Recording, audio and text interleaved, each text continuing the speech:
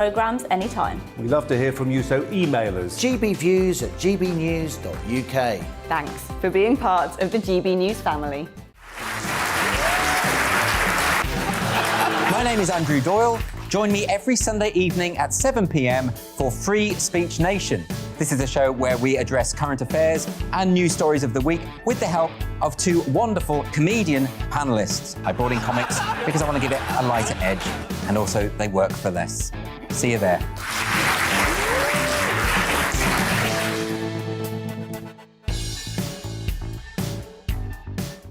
Join my show Farage, 7 p.m. till 8 p.m. Monday through Thursday, and there you will get opinion, analysis, debate, and I'll cover stories that nobody else dares to touch.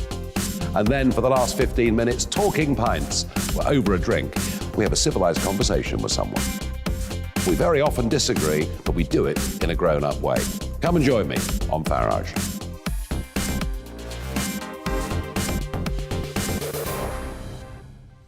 I'm Colin Brazier.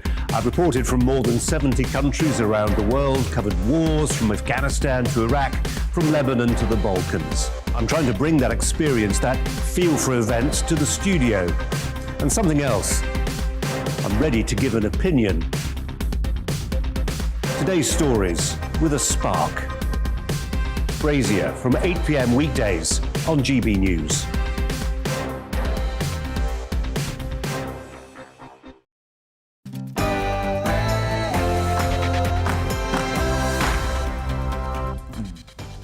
Good afternoon and welcome to Piero and Halligan. Coming up this hour, the festive season is in flux with Christmas parties cancelled as Omicron uncertainty continues to spread. Today we're looking at how this is affecting you around the country. Email us gbviews@gbnews.uk with your experience. We're taking the temperature on whether Omicron is really dampening the Christmas spirit. Maybe you're a party goer, maybe you own a restaurant or a bar, and this is having issues for your business. But before we start this conversation, let's get the other news on the agenda today with Rhiannon Jones.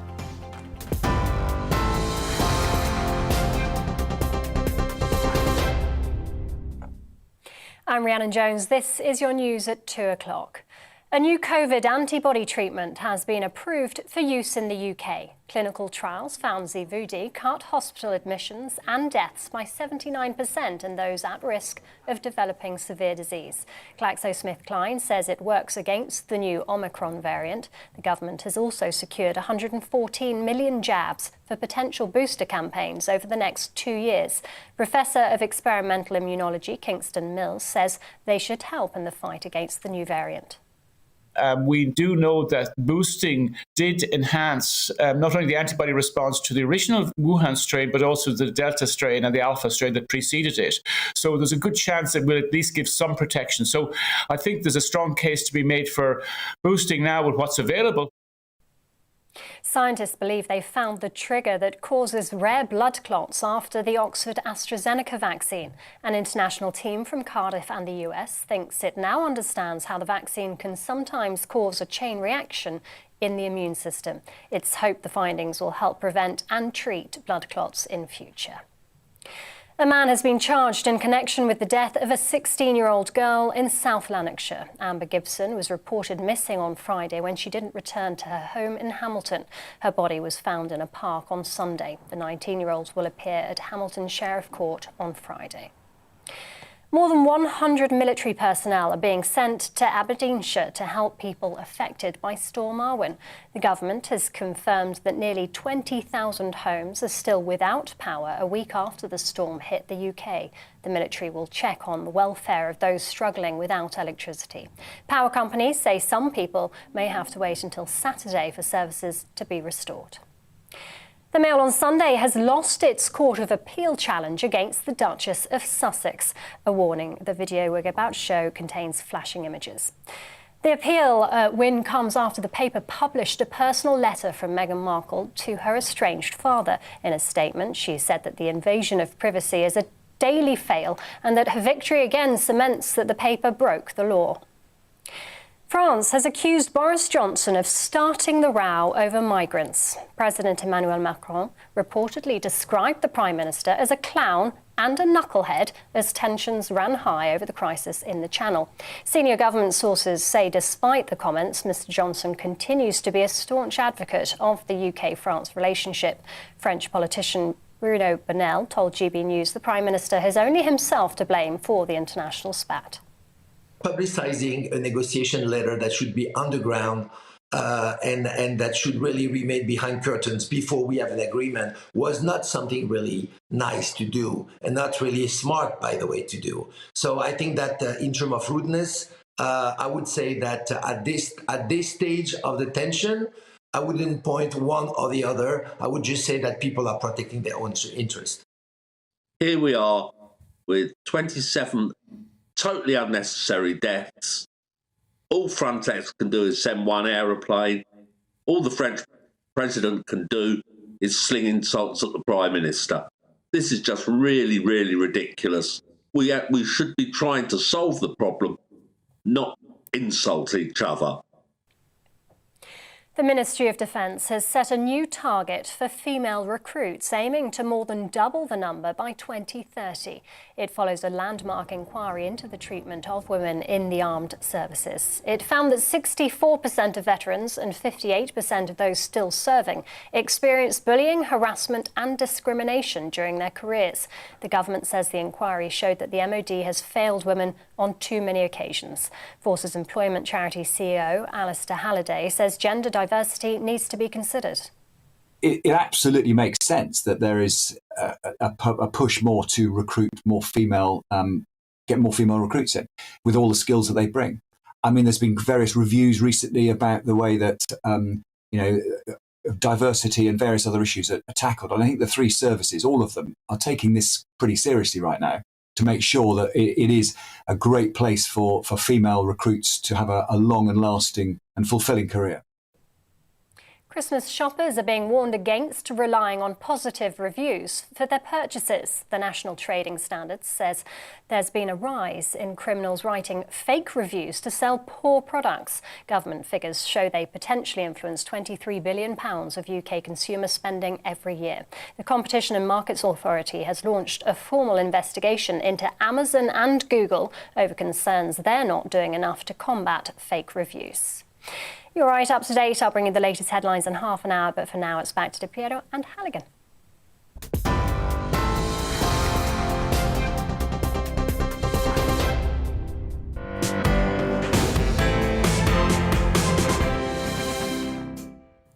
Now it's the water cooler conversation of the moment, or it would be if we were all back in our offices 5 days a week.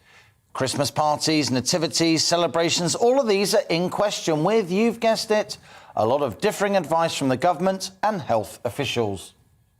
For the past few days, we've heard messages like these. Jenny Harries, the head of the UK Health Test and Trace, said, if we all decrease our social contacts a little bit, actually that helps to keep the variant at bay. She also went on to say, being careful, not socialising when we don't particularly need to, would help the fight against Omicron. The Prime Minister responded to Jenny Harries and said the festive fun can go ahead, giving the green light at a coronavirus press briefing earlier this week. We don't want people to cancel such events, and we think that, overwhelmingly, the Prime Minister said, the best thing for kids is to be at school, as I have said many times throughout this pandemic. Sajid Javid, the Secretary of State for Health and Social Care, took a more scientific approach, suggesting lateral flow tests. He said, if I was going to a party with 300 or 400 people for Christmas, I would take a test before I go. I think it's just a sensible precaution to take, not just to make sure you're healthy and well, but to protect others. So when we all thought the government at least were mostly on the same page, Business Minister George Freeman's planning something rather different. Earlier today, he spoke about his department's festive plan, revealing, my parliamentary team, I think we've agreed, probably given the new variant, we'll get together on Zoom and toast each other. Also, Work and Pension Secretary Therese Coffey said, I don't think there should be much snogging under the mistletoe. Not here at GB News, anyway. Well, after all this mixed messaging, What are you trying to say? Number 10 have come out telling us, don't cancel Christmas parties and kiss whoever you like. That was just after midday. But it's not just the government changing their plans. According to a recent survey, just over half of UK workplaces have decided not to host any in-person parties. That's right. So today we want to find out whether your plans have been cancelled or have you refused to change anything amidst all this conflicting government advice. This hour is all about knowing what you, the public, thinks and is doing in the run-up to Christmas. Let's kick off with Victoria Slatter. Victoria, hi. Nice to see you. So tell us whether and how the Omicron variant has changed your festive events. I think we're going to be talking about nativity plays, aren't we? We are indeed. So as of yesterday, my children's school have said that they will be moving their Christmas events to outside. So we'll be watching the nativity, as I understand it, with the children performing under a marquee and the parents watching in the playground. Wow, so there might be full snow on the stage, but if the parents are in the playground, you might have real snow on your head. Possibly, and the weather doesn't look particularly great for next week either, with rain, and it's cold, obviously. So, yeah, disappointing. It's one way of putting it. Do you feel like they're just trying to do the best for children's safety, for your children's safety, and for parents' safety as well? Do you get why they're doing it? Yeah, I mean, absolutely. I understand their hands are tied and that there's things that it's difficult from their perspective on how to manage this, and I completely appreciate that. But I do think there needs to be an appreciation of how hard this is for parents and children after 2 years of disruption to their education and their social lives and all of the things that you look forward to and love as a parent. You know, we are so excited to go and see my youngest. He's Joseph, which just makes it even more incredible. And yeah, I mean, it could be the last opportunity that we have to see him in a nativity play. And I suppose I thought naively that we may be in a better position a year on from last year and that the children would get the normality that they deserve. You know, I can still remember who Joseph was in my nativity play at primary school, and it wasn't me, but it should have been. That's fantastic. You must be very, very proud of your little one, Victoria. I actually think it's quite difficult for people who are running schools at the moment, and I don't often say that here on GB News, because the government has given mixed messages. So it seems to me as if it's up to the heads, the governing bodies of schools, to make their own decisions. The government doesn't seem to want to own any particular outcome in order to not rile the public, given that members of the public, parents, do have conflicting views on this. Some people thinking this is absolutely the right thing to do to clamp down, others thinking that this is an overreaction. Yeah, I absolutely agree. I think it's a very difficult position for everyone to be in, and no one would want to be in this position where they're having to either cancel events or move things outside. I suppose that from my perspective, is it wise to hold events for young children outside in December? It's not like we're looking at a spring or summer performance. This is December. Like you rightly said, the weather could be awful. It's a proportionality, isn't it? It's how we're reacting to this situation now that I think is lots of parents are finding difficult to understand. Victoria, how does your son feel about the news and the fact that he's going to be performing, he's going to be playing his big part outside? He's so excited. Before, he's been coming home every night and practicing his lines, singing all of his songs and telling Mummy that, oh, Mummy, it's great, I get to use the microphone. I said, the microphone? I said, don't you mean microphone? He said, no, the microphone. You know, he's been so excited and has been so, for us to go and watch him, but he's never had, we've never been able to. He doesn't know what kind of normal schooling is because he started at school last year and he's never had us come and watch him in a performance before. So this is all really new to him, and he was really upset last night. He came out of school and said, I've got to do it outside. And it's really difficult to manage their expectations when he doesn't really know any different and he doesn't understand why this is happening as well. You know, he's 5, so... Well, good luck to Joseph and Mary and all the wise men and the sheep and the goats and all the other members of the cast. Thank you for that, Victoria. And well done, warm. Well done to your school for not just cancelling it, but trying to find a way to steer a middle ground between safety and the view of the head and the children's memories and mental health. Turning to the party sector now, digital platform Design My Night, which people use to book restaurants, bars, pubs and events, have said they've seen cancellations increase by 14% since mandatory mask wearing was reintroduced in England this week. Although you don't have to wear masks in hospitality venues, it's probably coincided with the Omicron variant. Alex Proud, owner of the Proud Group, joins us now. Alex, what's happening to your business? We're seeing really significant reductions in bookings. We're seeing a new ping epidemic because I think now suddenly everyone's frightened, so they're taking the pings very seriously. We've seen cancellations go off the chart and bookings are down. And the problem is people fall into two categories. They're the organised people who book in November and the people like me who are mucky and useless who book at the last minute, and we're losing all those last minute bookings. So it's going to cost us, and from what I hear from all my colleagues, the industry very, very dearly, which when we now hear today that apparently this was all a false alarm and the virus is nowhere near as dangerous as the Delta and we are protected against it, is more than frustrating and just another Boris balls up. Just picking up on a qualification that I think Gloria just rightly made, Alex, even if there wasn't mask wearing on transport and if the government wasn't talking about mask wearing at all, just the fact that this new variant is around and the fact that scientists don't yet know whether it's benign, whether it can be treated with existing vaccines and so on, just the uncertainty, aside from mask wearing, would be enough, don't you think, in order to see restaurant bookings, party bookings before Christmas hit? I think really we're seeing what we always knew we'd come to this day. These variants are going to occur on a regular basis. We already knew this. If every time a variant comes, and the scientists, if you listen to them, have said all the way along that there is no reason to think this variant is dangerous. There is no reason to think this variant will avoid the vaccinations.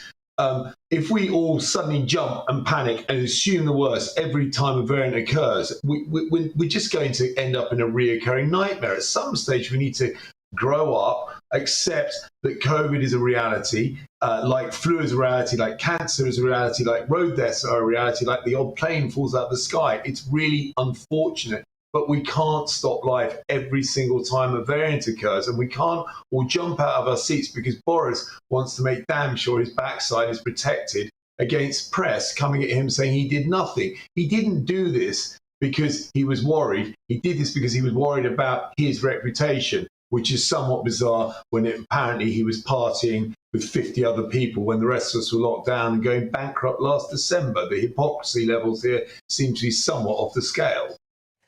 I mean, the Prime Minister would say that we still don't know whether this new variant is going to be mild or severe. That's what they would say. That's why they would say they are being cautious about how we move forward until we've got more data, which will happen in the next couple of weeks.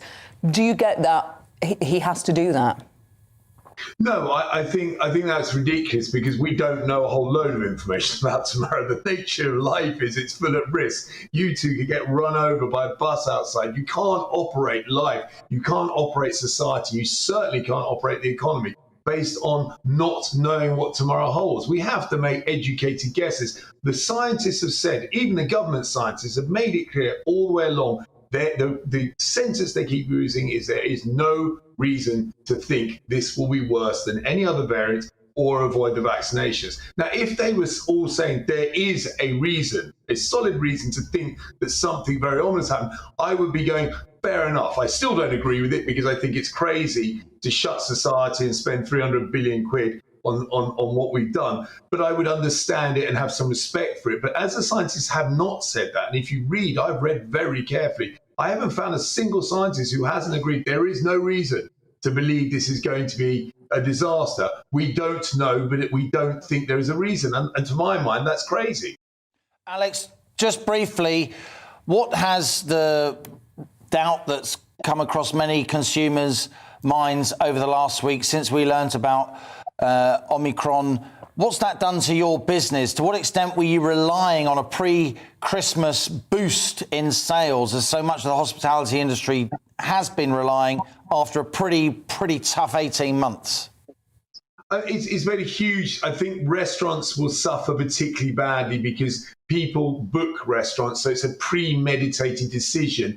And premeditated decisions tend to get influenced by risk assessments far more, or nervousness. I'm really hoping the pub sector will be okay, because that tends to be you're with your friends, everyone goes, oh, let's not be silly, let's go down the pub. And I'm really hoping the pub sector will suffer less. But the restaurant sector is really suffering, and I know that is across the board. And it's frustrating because Boris is now clearly saying, please don't cancel your Christmas party. Please do go out to restaurants. You go, well, if you were going to say that, why did you say what you said a few days ago? Because it's really hit us, and we were trying to make the money we lost back. This was our big month. And do you know what? It was going well. The public trusted us. They were booking, and we were having a record December, which we all desperately needed. And now that's gone to shot. And it's really frustrating. To be honest, I think there's a real anger I've not seen, like a real gritted teeth anger, particularly with the story that Boris parties when he locks the rest of us down. I think for many of us, that's been the last straw, and a feeling of real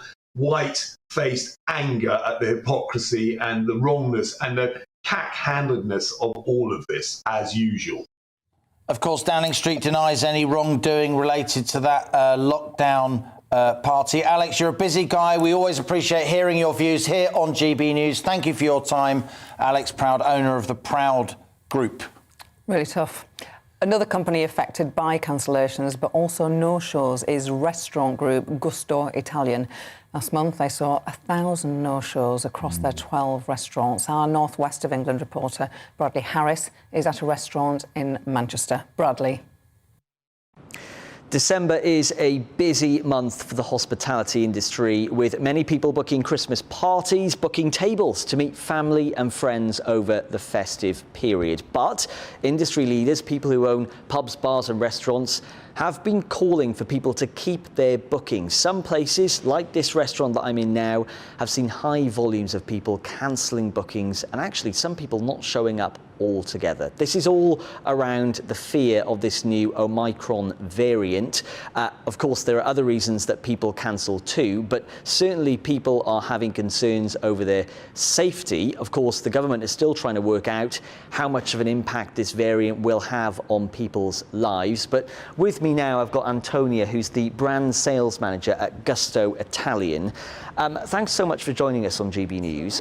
I just want to ask you, how much of an impact has Gusto Italian seen in terms of people cancelling in the last week or so, as we've seen these announcements on restrictions from the government, this new variant? Is it having an impact? Absolutely, and it's really quite instantaneous as well. You know, as soon as that announcement came out from the health chief saying don't socialise, cancellations went through the roof instantly. That evening we had a really high no-show rate. No-shows are normal, you know, you do get them, but it's certainly increased since that announcement. And this week especially, with so much uncertainty, mixed messaging, we've just seen our cancellations for the whole of December skyrocket. It's gone massive. Yeah, I know Sasha Lord, the nighttime economy advisor for Greater Manchester, did speak out about this and said that mixed messaging is having an impact on operators, staff's mental health. Of course, we're talking about the Prime Minister Boris Johnson, who came out and said, don't cancel your Christmas plans. Hours after a senior UK health official said, actually limit your social contact. When somebody doesn't actually show up to a booking, just spell it out for us. What does it mean for the business? Well, when you think about what goes into that booking, so you have a certain amount of covers booked for the week. You do your rota, so you pay staff to come and cover those shifts. You order the food, you order the drink, you decorate your restaurant because you know you're going to be busy, you get your menus printed. There is so much that goes into what we assume is coming into our restaurant. We plan for that so much. So when we get a high number of no-shows, it just cuts money straight out of the business. It affects everybody. We have to send staff home if there's no one for them to serve.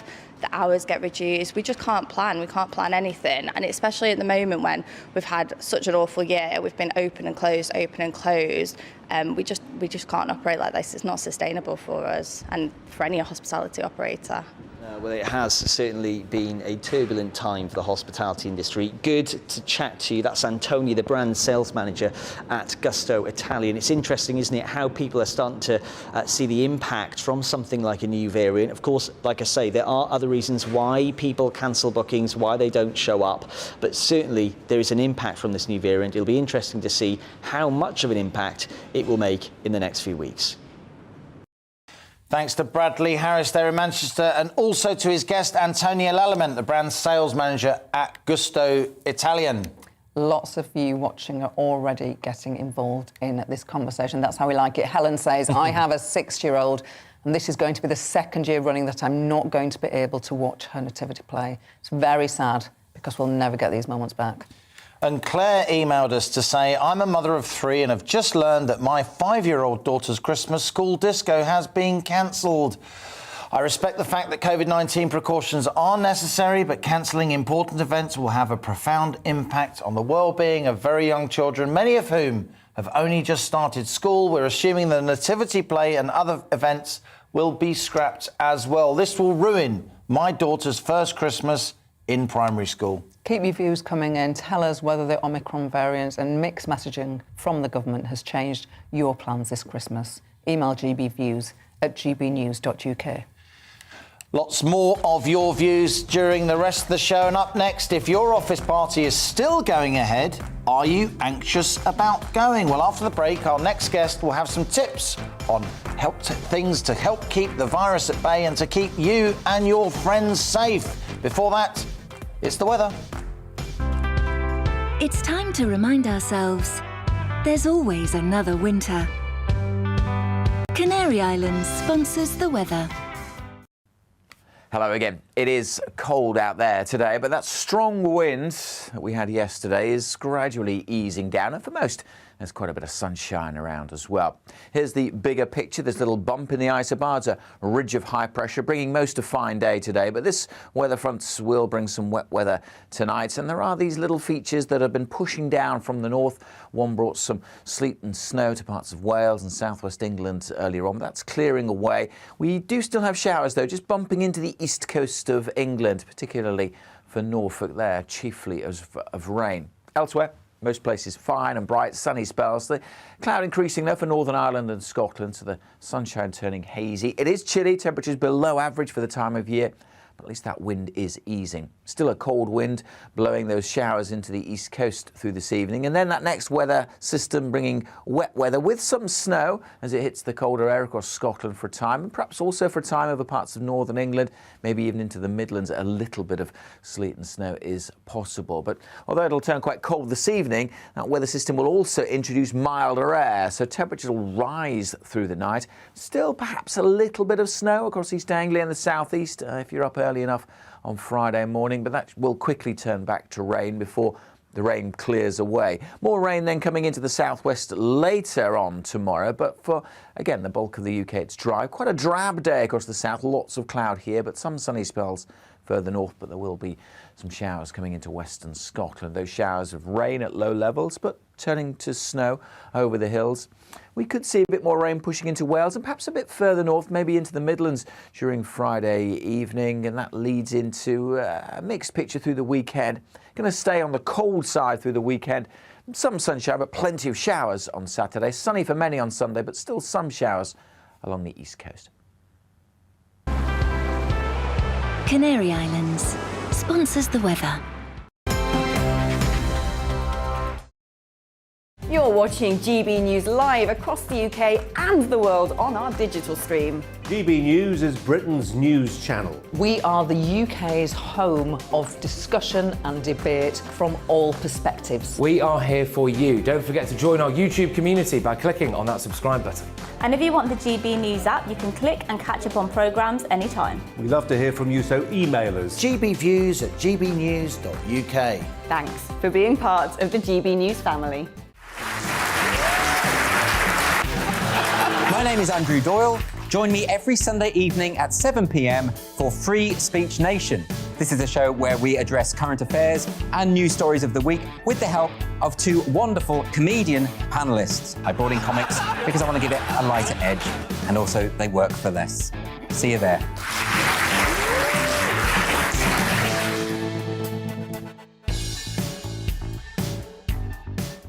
Join my show Farage, 7 p.m. till 8 p.m. Monday through Thursday, and there you will get opinion, analysis, debate, and I'll cover stories that nobody else dares to touch. And then for the last 15 minutes, talking pints. We're over a drink. We have a civilized conversation with someone. We very often disagree, but we do it in a grown-up way. Come and join me on Farage.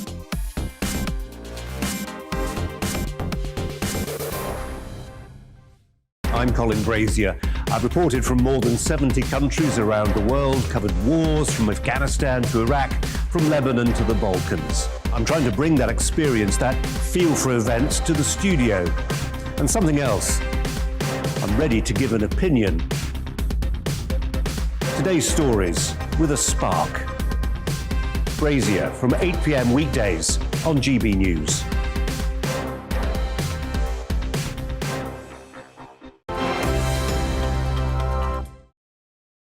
Good afternoon and welcome back to Piero and Halligan. On today's show, we're talking about Christmas.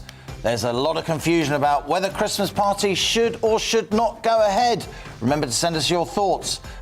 Tell us, have your Christmas celebrations been cancelled due to the Omicron variant? Or have you refused to change them and you're ploughing ahead with your plans? Get in touch. GBViews at gbnews.uk or tweet us at GBNews. A Christmas party in Norway has left between 50 and 60 people infected with suspected cases of the COVID-19 variant Omicron, despite all 120 guests being vaccinated and testing negative beforehand. Now, when we hear news like this, it makes us feel anxious about Christmas plans. It may do anyway. Our next guest, Jill McAteer, the head of employment law at the health and safety company Citation, is here to offer her advice. Jill, how can we, go through the Christmas party season safely with joy in our hearts? Well, I think the first thing for employers to remember is that this is meant to be fun. They organise Christmas parties to say thank you to their teams for all their hard work during the year. It's a chance for people to let their hair down. And if employees are approaching it with reservations and concerns, it really is almost defeating the purpose. So I think it's important to acknowledge that because of news of the new variant, people are going to be a little bit anxious, and to communicate with them that they have taken steps to make sure that those arrangements, if they're going ahead, are as safe as possible. Now, there's no legal obligation on employers, people who own companies, to not have a Christmas party or to have a Christmas party. Indeed, the government's messaging is mixed. That's what Gloria and I have been saying since the top of the hour. But could there be a case if somebody does catch a variant at a Christmas party hosted by an employer? And might it be a threat of legal action? Could that influence employers' thinking over the next few days as they decide whether or not to have that Christmas party? Well, it could potentially, and of course, mixed messaging from the government is not entirely new. We've seen this quite often when it comes to advice to employers during the pandemic. And effectively, what the government is saying is it's really down to businesses to make their own assessment. And that's really key, because employers need to recognise that they do have health and safety obligations, even if the venue is being held as somewhere external to the workplace. So as long as they realise that they have got obligations to carry out a risk assessment to make sure that the arrangements are as safe as possible, things should be fine. But if they really just leave it at the hands of the venue to say, well, I'm sure that they've got appropriate procedures in place, and really stand back, then they run the risk of being accused of not complying with their own regulations, and you could potentially attract liability as a result.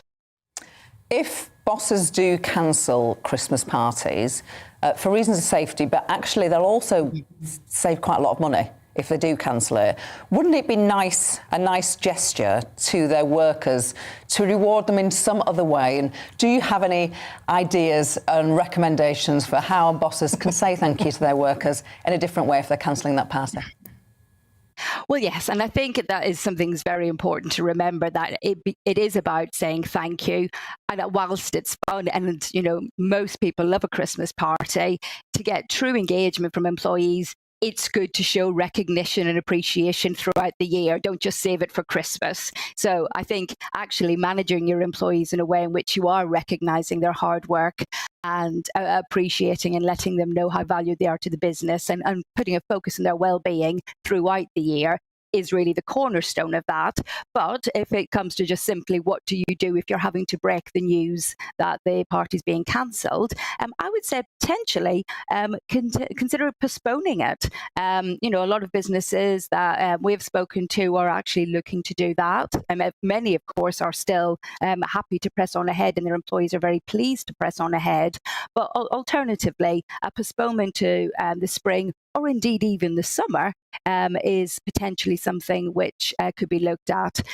There's also, of course, the alternatives of doing something over Zoom and the like, but that people are getting quite tired, I think, of those platforms, and the promise of an actual physical get-together at some point in the future is something I think which most employees would welcome.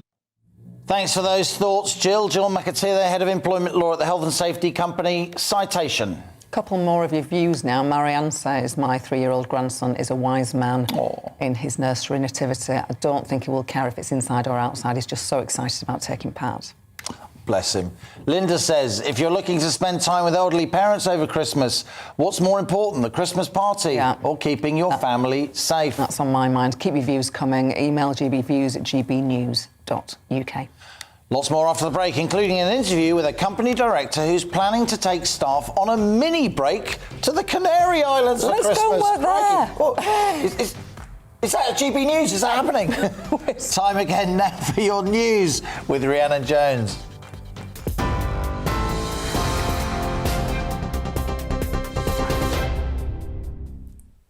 I'm Rhiannon Jones. Here are the latest headlines. Some breaking news in the last few minutes. Germany has backed a vaccine mandate for all its residents and is implementing tough restrictions for those who haven't been jabbed.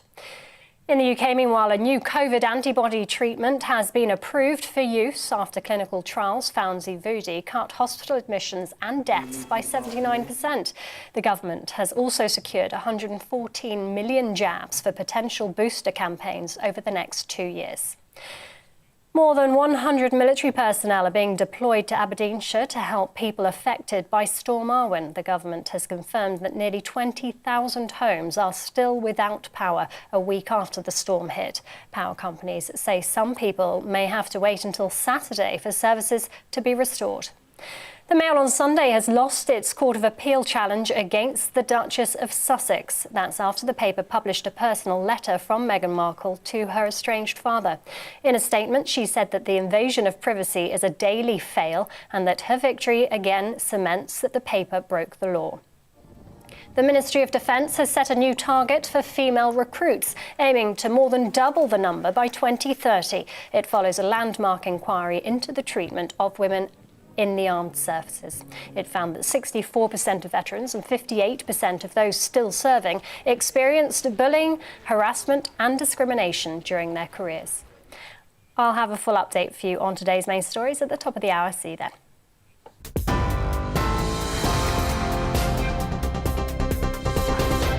You're watching GB News live across the UK and the world on our digital stream. GB News is Britain's news channel. We are the UK's home of discussion and debate from all perspectives. We are here for you. Don't forget to join our YouTube community by clicking on that subscribe button.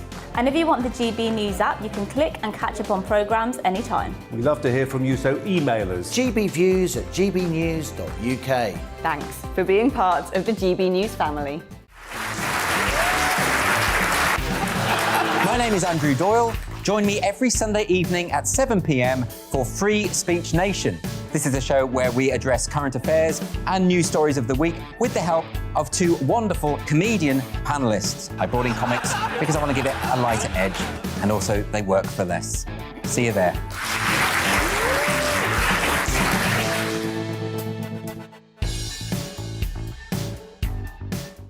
Join my show Farage, 7 p.m. till 8 p.m. Monday through Thursday, and there you will get opinion, analysis, debate, and I'll cover stories that nobody else dares to touch. And then for the last 15 minutes, talking pints. We're over a drink. We have a civilised conversation with someone. We very often disagree, but we do it in a grown-up way. Come and join me on Farage.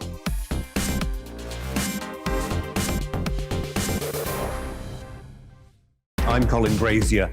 I've reported from more than 70 countries around the world, covered wars from Afghanistan to Iraq, from Lebanon to the Balkans. I'm trying to bring that experience, that feel for events, to the studio. And something else. I'm ready to give an opinion. Today's stories with a spark. Brazier from 8 p.m. weekdays on GB News.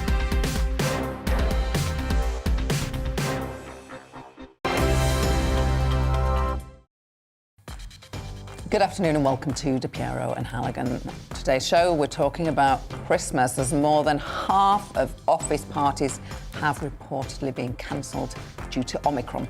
Remember to send us your thoughts. Tell us, have your Christmas celebrations changed due to the Omicron variant? Get in touch and have your view heard on air. Email gbviews@gbnews.uk or tweet us @GBNews. Our next guest is Dave Mountford, pub owner and founder of the Forum for British Pubs. Dave, thank you for joining us. Just tell us how landlords are feeling or have been feeling and going through in the last week. Frightened, scared. You know, it's just another. It's almost like a death by 1,000 cuts. Really, we're in a situation whereby many pubs have only just started to recover. Many of them haven't come anywhere near their pre-COVID levels. And we're coming into a situation whereby, you know, the busiest time of the year, the time when we all really should be looking forward to making some money, recovering our market. For the first time, obviously, we didn't have a Christmas last year. And then we have this. And so it is kind of, to a lot of pubs, it's the final sort of nail in the coffin, unfortunately. We're seeing cancellations of Christmas menus, Christmas meals that have been pre-booked, and up to 70, I believe it's 70% of pubs out there have seen some sort of cancellation occur in their premises coming up to Christmas. Very depressing. It's obviously a big blow, Dave, and you and other pub landlords are clearly suffering. On the other hand, while we remain where we are, the government not yet knowing the severity of the Omicron variant, whether or not it can be tackled with existing vaccines and so on, the pubs are still open. And I know, obviously, this is a blow, but it could be worse. Well, yeah, I mean, OK, so there's 2 points to that. First of all, the level of support that pubs have been afforded has been woefully poor. So the government might have said that they've provided a lot of support, but that financial support in many cases hasn't even covered the costs of running a pub or keeping a pub shut. You know, our electricity bill, for example, is £1,500 a month. OK, so the grants that we were getting weren't even covering the rents and the facilities to keep the pubs shut. So we never really had the level of support that we needed to get through this. But the second point, I think, more than anything else, is cynically, we could argue that rather than shut us and then be forced to give us extra financial support, it's a lot easier just to make an announcement which is going to actually make sure that people don't come into the pubs in the first place. Now, the cynical amongst us might say, you know, that's really what the government's policy is. You know, I've got a lot of sympathy with that position. Should the government's policy be, Dave? Well, the government needs to support hospitality considerably better than it did and needs to continue to do so. And I mean, really, that is the key point. I don't think, I mean, for example, our organisation hasn't really had anything like the level of dialogue that we should have had. We are in very tenuous conversations with government, but they don't really seem to listen to what we're telling them. They tend to listen much more to the owners of the pubs rather than the people running them. And they get a very different position from those people because they're property companies and they have a completely different outlook on this. So, the most important thing is it all comes down to continuous long-term financial support. We've had some, it's been inadequate, it's not gone on for long enough, and it needs to go on for longer. This is a virus that we've got to live with. It's going to be around for a long, long time, and these variants will continue to appear, and we're going to face these crises again. And it needs to be understood that our industry is surviving on confidence. A few ill-chosen words from the Prime Minister is enough to destroy that confidence. But yeah, we haven't got masks back in pubs yet.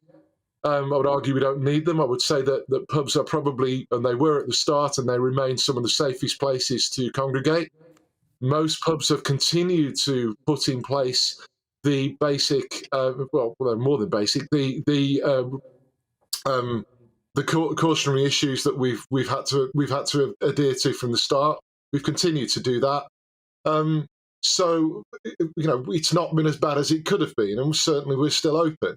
But there's a lot of concern come January, and of course when you see reports about Boris's parties at number 10 in December last year, it's very difficult for us to all sit and take those sort of stories when we're in the sort of situation that we are. Well, Dave, lots of pubs have floundered, unfortunately, during the pandemic, been sold off for housing and so on. Best of luck to you with your business and other fellow landlords. Dave Mountford there, the founder member of the Forum of British Pubs. Joining us now is James Chiavarini, the director of Il Portico, London's oldest family-run restaurant. James, welcome to the show. Ciao. Thank you for having me. You're very welcome. Tell us what's happened in the last week since we heard about Omicron. What's happened to your business? Touch wood, it hasn't been bad. I think that there is an element of moral panic that's sweeping the nation, and that's going to hurt consumer confidence with Christmas parties. But I have to say, maybe because it's been on for so long now, a lot of people are starting to use common sense, which is a bad thing. I'm going to interrupt you here. We're just having a few difficulties with your line, but we want to hear desperately what you've got to say. Just give us a couple of minutes. We're going to come back to you when we've sorted out the sound. What have we got for you now? Well, our reporter has been out and about in Manchester asking whether plans up there have changed. Here's what they had to say. No, it hasn't changed our plans. As a business, we're looking to carry on with our Christmas parties. We are going to take lateral flow tests. And I think if everyone's sensible and rational, we can have a great Christmas. Currently no. Personally, my plans won't be changed. I understand if people feel nervous, but it's a personal decision, isn't it? And it's just about being sensible and rational, testing as much as we can. People still need the human interaction and the fun to be had at Christmas, and that's important for people's mental health as much as anything else. Plans for Christmas, go back to the fam, see them, probably go and see other families as well. But hopefully, if there's no lockdown, then just continue to live life like I live life. I'm not too fussed about this whole new variant, but I'm a bit more cautious, I guess. Yeah, interested to hear your thoughts there. So you're not that worried. Is that because we've been through all this before? So We've been through all the sort of pandemic and stuff. I know to keep my distance between other people, and just out of respect for other people, of course. But in terms of daily life, just go about my daily routine. The only difference for me is I'm going skiing at the end of next month, but other than that, it's not really made much difference for me. Paying for tests for skiing, but other than that, no. Some voices there from the streets of central Manchester, collected by Bradley Harris, our northwest correspondent. Now joining us to give his take on this is Matthew Dibley, the company director of Bang & Olufsen of Exeter, who has arranged for all his staff to go to Lanzarote for 4 days, and it looks like it's still going ahead. We're in the wrong job, mate. Matthew, can we have a job? I don't think I could afford your salary, but there we go. Matthew, I mean, is this normal to take your staff to Lanzarote? I mean, it's not that expensive, to be honest, to do it. We did this. We started these plans about 6 months ago, and just thought it'd be a nice idea because the the last 2 years have been very difficult. Work has been stressful.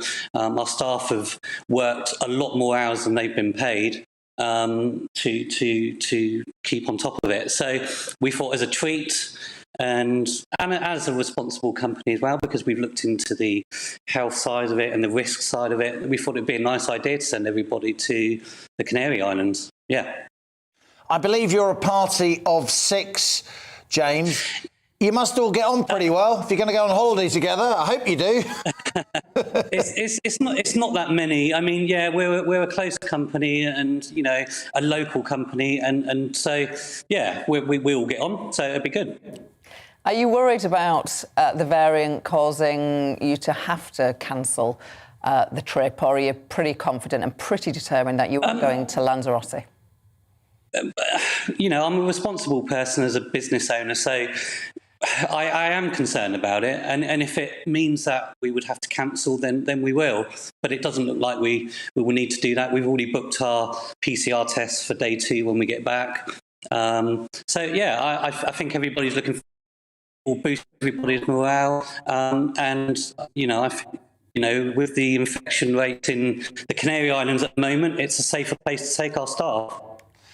And Matthew, obviously, fingers crossed this goes ahead, and you can all go on holiday together. Just tell us how your staff responded when you broke the news that you were going to take them to the Canary Islands rather than giving them a turkey or a mouldy old hamper or something for Christmas. Actually, one of the staff is our sort of part-timer Saturday person, and he had only been with us for a month when he found out, and I think he thought that was a bit, that was a bit generous considering he's only been with us for about a month. But no, they were quite excited, and we've been excited about it since. But they know what I'm like as a boss, and we usually come out of these sort of things, so I don't think they were that surprised. It's a really lovely gesture. Tell us, or tell other bosses who might be listening, why it's so important to do treats like this, like proper. I mean, this is a proper treat. It's a holiday, for goodness sake, for your staff. What do you get back? You really do need to look after your staff. And, so many companies, including ours, if we lose a member of staff, it's quite a lot of training to get them up to speed. So it's a big expense to the company if we lose staff. So we always treat staff. We're always giving staff products, trips. I sent a colleague over to Australia for a couple of weeks for a holiday, see his son, who'd earned some bonuses, and we decided to send him away to Australia. So it's not unusual for us to do that as a company. Look after your staff, basically. And how are you finding the high street in general? How are you finding consumer demand in the run-up to Christmas? Do you think concerns about Omicron, as well as impacting pre-Christmas hospitality, are also impacting retail, Matthew? From what I've seen, we haven't noticed anything much change. I mean, that's only was announced about a week ago now, wasn't it? So I haven't noticed much change. The only thing we're suffering is we've got the customers wanting to purchase products, but we don't have the products delivered in time, with all the shortages. But I haven't noticed anything different, to be honest. Who's had the joy of filling in all the passenger locator forms? Me. You've even done that? Oh, my goodness. I can see the halo.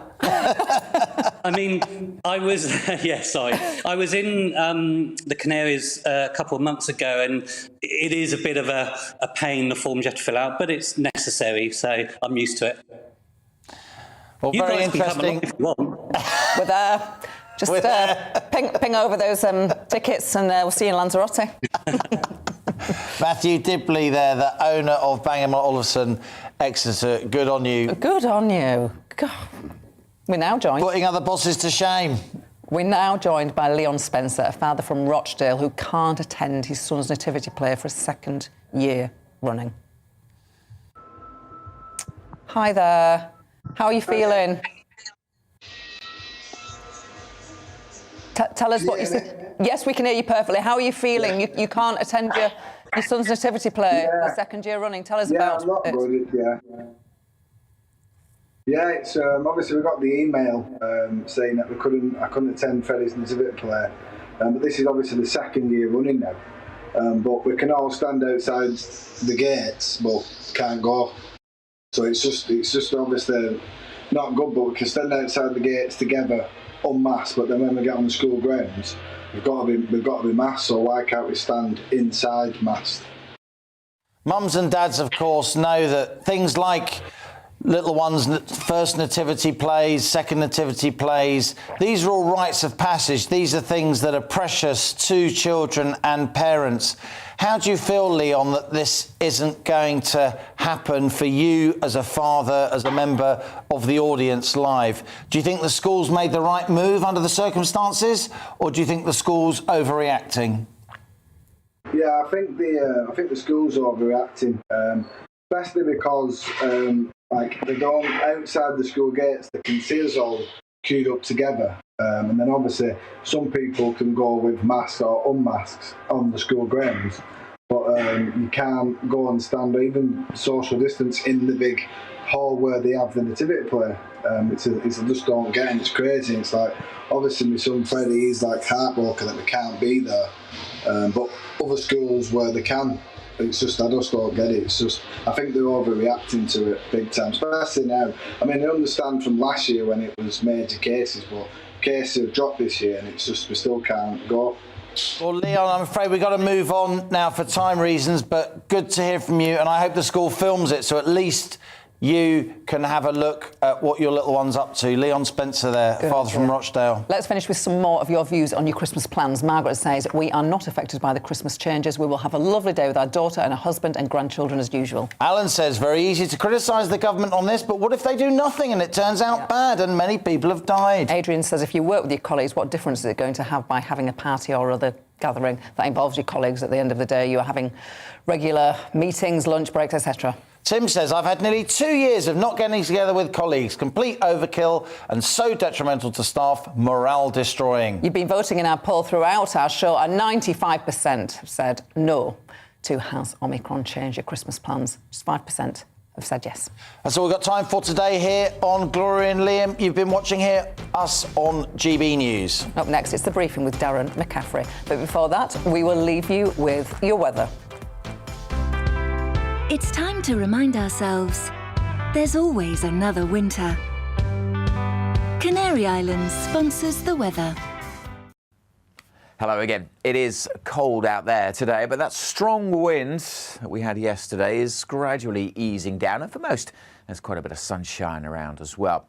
Here's the bigger picture. This little bump in the isobar's a ridge of high pressure, bringing most a fine day today, but this weather front will bring some wet weather tonight, and there are these little features that have been pushing down from the north. One brought some sleet and snow to parts of Wales and southwest England earlier on. That's clearing away.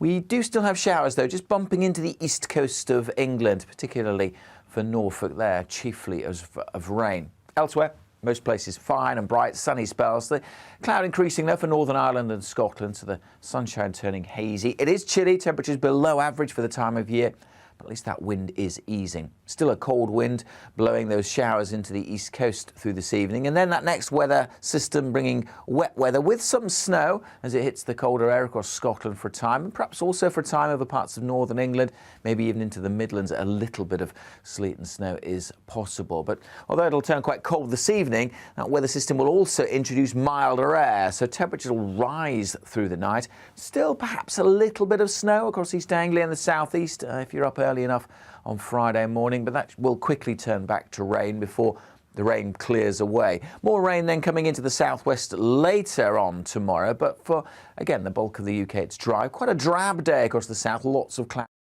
sunny spells further north, but there will be some showers coming into western Scotland. Those showers of rain at low levels, but turning to snow over the hills. We could see a bit more rain pushing into Wales and perhaps a bit further north, maybe into the Midlands during Friday evening, and that leads into a mixed picture through the weekend. Going to stay on the cold side through the weekend. Some sunshine, but plenty of showers on Saturday. Sunny for many on Sunday, but still some showers along the east coast. Canary Islands sponsors the weather. Hi, I'm Alistair Stewart, and I really hope that you can join me here on GB News. I've been in this game for 40 years, and I've made lots of friends, but I try and reflect what they think about the big stories of the day in conversation with me. That's why we call it Alistair Stewart and Friends, and you're a key part of it as well. I always get inundated with emails and messages and texts, and if they're really good, I play them back to you. 12 till 3, every Saturday and Sunday. You're watching GB News live across the UK and the world on our digital stream. GB News is Britain's news channel. We are the UK's home of discussion and debate from all perspectives. We are here for you. Don't forget to join our YouTube community by clicking on that subscribe button. And if you want the GB News app, you can click and catch up on programmes anytime. We love to hear from you, so email us. gbviews@gbnews.uk. Thanks for being part of the GB News family. My name is Andrew Doyle. Join me every Sunday evening at 7 p.m. for Free Speech Nation. This is a show where we address current affairs and news stories of the week with the help of two wonderful comedian panellists. I brought in comics because I want to give it a lighter edge, and also they work for less. See you there.